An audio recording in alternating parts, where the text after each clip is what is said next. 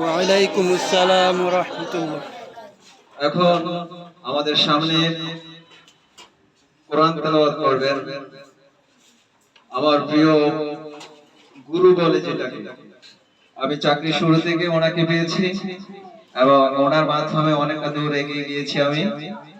উনি আমার এক প্রকার আমার চাকরি জীবনের উনি হল আমার গুরু।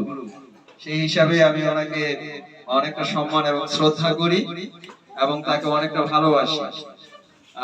চাকরি জীবনে উনি আমাকে অনেক দিক নির্দেশনা দিয়েছেন, এই জন্য ওনাকে অসংখ্য ধন্যবাদ।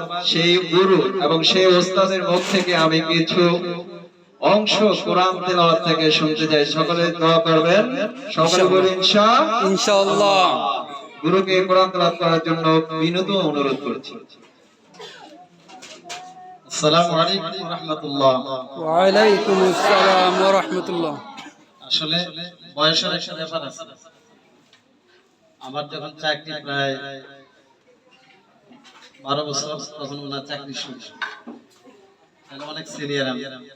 এই হিসেবে আমার কণ্ঠার ওনার কণ্ঠটা একটা হবে না। আলহামদুলিল্লাহ আমরা একসাথে ফাতরে তারাবি পড়াইছি।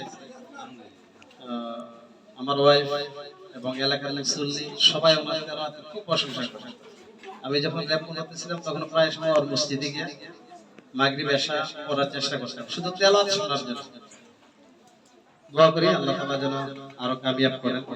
আপনারা সবাই দোয়া করবেন ইনশাআল্লাহ। أعوذ بالله من الشيطان الرجيم.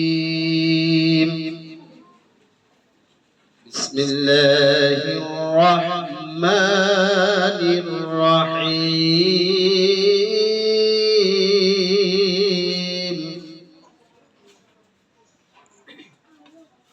لا يستوي أصحاب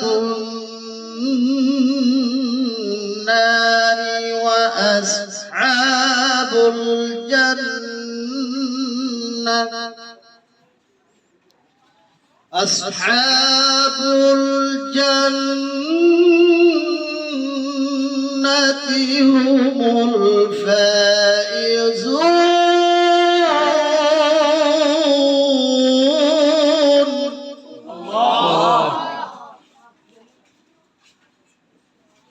لو أنزلنا